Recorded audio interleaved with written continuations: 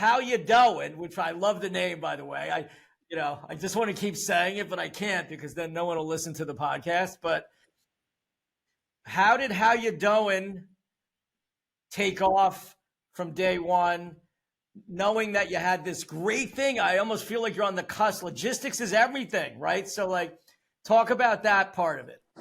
So it was a wild transition. So, like, just to take a step back, like, COVID hurt my old business, like, pretty badly, right? Because, like, everybody was worried about cash, like how many companies are going out of business, what's happening here, what's happening there.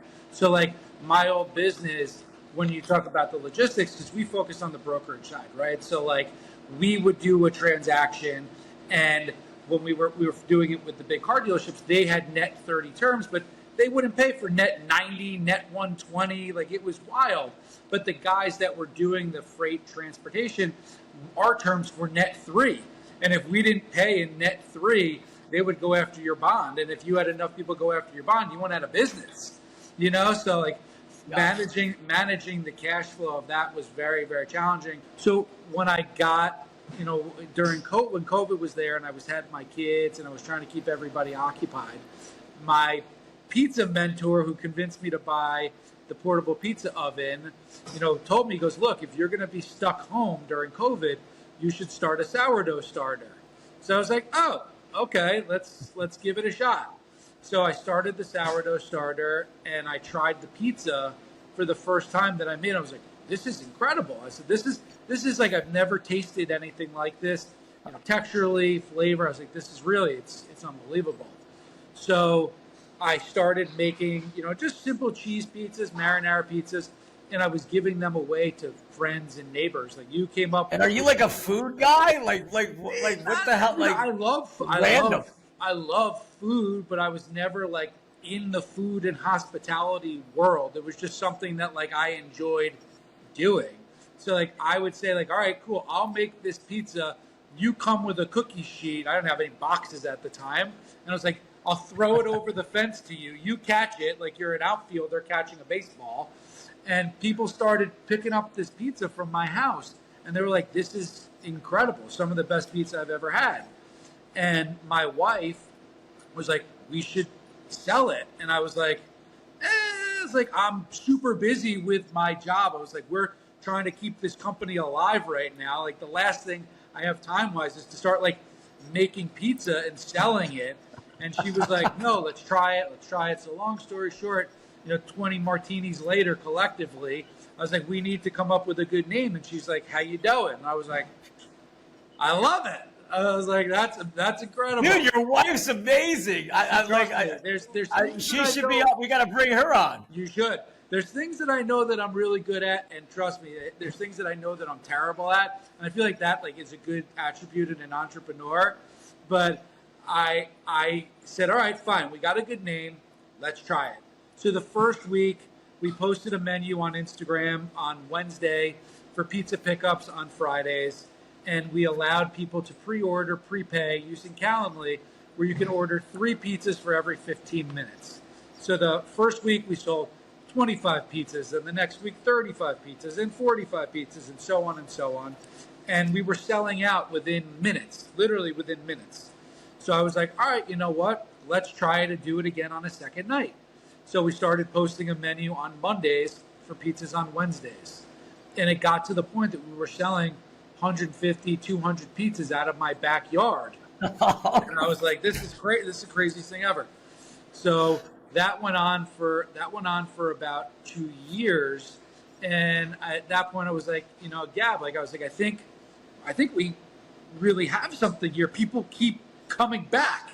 Like, first of all, stop for that. You did that for 2 years. I did it for 2 years. And what was the top amount of pizzas at any one week of that end? So we did almost 350 pizzas 1 week out of the backyard. It was we opened on Christmas Day. So I was in the back. I had 4. We went from 1 pizza oven to 2 to 3 to 4. So, like, I was walking out with like 4 pizza peels kicking my sliding door open to like get the sliding door open. And this is in a development in Florida. Like, this is not a retail establishment. No, this is definitely not a retail establishment. And trust me, I had every person that I could on the take for a pizza. Every security guard in the neighborhood, every HOA person. I had everybody coming to get their fair share of the pie, up until the end of the second year, where I got the cease and desist letter, where my neighborhood sued me for making pizzas out of my backyard, because they're like, you can't run a business like this out of your backyard. And I was like, this is bullshit. I was like, the woman to my left is selling beads to mask chains out of her garage. The person to the left on this side over here is running a gym out of her garage. All the while I'm making pizzas and I'm just like trying to make people happy. Dude, this is so classic entrepreneur. Everyone should just take this and realize anything can happen. And you get the cease and desist order, but at the same time, like, what's going on with logistics? So at that point in time, like I'm like phasing my way out, where like I gave my business partners notice at this point, like plenty of notice, because like I was now getting ready to like get into the craziest business with the highest failure rate ever and opening up a brick and mortar restaurant. So I didn't want to stop doing the pizza out of the house, because we were getting close to getting the brick and mortar store open. So I was like 2-3 months before the brick and mortar is going to open, I'm not going to stop doing this out of my house. So like I had to like find a place where I could continue to sell pizza. So like I was finding any brewery, any wine bar, any place that had like liquor but didn't have food. So like I found a brewery, which ironically is right behind my first brick and mortar store, called Prosperity Brewers, and I was selling pizza out of their parking lot for 2 times a week, just to keep the name. You had to keep the flow. I mean, you were nervous. We couldn't abort at this point. We were so deep, so far down the rabbit hole. And it was crazy timing, because I was now having my 3rd kid, and we needed a bigger house, and was moving within my neighborhood. And the people from my subdivision, they were stopping the sale of my house, because I had like an open lawsuit with them over the sale of the pizza, where it was like, you know what, screw it. I'm just going to cut these guys a check. And I took the cease and desist letter and I blew it up, and it hangs on the wall in the restaurant right now. That's like my homage of like my. Oh, I love that. Think about this though. Think about this. Imagine going to your partner, wife, whoever, who wasn't involved in the idea, after spending 10 years building this logistics company with 3 kids, and saying, you know what, I think I got to start this pizza place. Like, first of all, you had that support because you're together, which I think is beautiful. It just shows the power of partnership. It's like the mentor thing. She was your mentor through this whole process, and you're hers, right, to do this. 100%. So you open this store. You're not even a pizza guy. Yes, these things only last 3-4 years. Most of these new concept stores, right? I mean, if you look at business as a whole, that most of them don't last past 5 years. Yep. So you open it up, you think it's going to be good. You had your proof of concept from your house, which is hilarious. What happened when you first opened? How did it flow? So I built this beautiful store, my wife and I, and I'm like, great, now we need staff. I was like, where are we going to find people to come and work? So I'm reaching out to a couple of buddies of mine who are like in a different world of the hospitality space. And I'm like, guys, I've got this great product.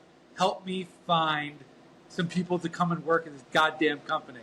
So they're like, we know a friend who owns a pizza shop. They're going out of business. So they're like, let's see. And I'm like, well, why are they going out of business? Like, they're having trouble with employees and staffing. So I'm like, all right, we're going to have to figure something out. So I get a phone call, a random phone call. And if I don't know the number, I typically don't answer. But for some odd reason, I answered the phone. And it was the mother of the husband and the wife owned this pizza place, a Mellow Mushroom on Atlantic Avenue, and she calls me and she goes, "Hey, look, I hear you're opening a pizza place. We're closing a pizza place. Come to our store. Take whatever gear you want. It's going in the dumpster if you don't take it." So I was like, "Okay." So me and my general contractor, we drove over, and I'm loading up his pickup truck and my car with anything and everything I can get my hands on at this point. And I hear off to the side, this person goes, "I can't believe after 14 years I'm leaving." And like my ears perked up, and like in my brain I'm like, 14 years? No, almost nowadays nobody stays at a company for 14 years, you know? So I'm like, either he's the most loyal 100%. I'm like, it's very rare. Very rare. So it's like he's the most loyal person in the world, which perfect. I love that. I'll take that any day of the week. Or I said he's the best employee. Either one, you're coming with me. So I walk over to this guy and I basically grab him by the neck. And I'm like, "You're coming with me. You got to come see this store. You got to try this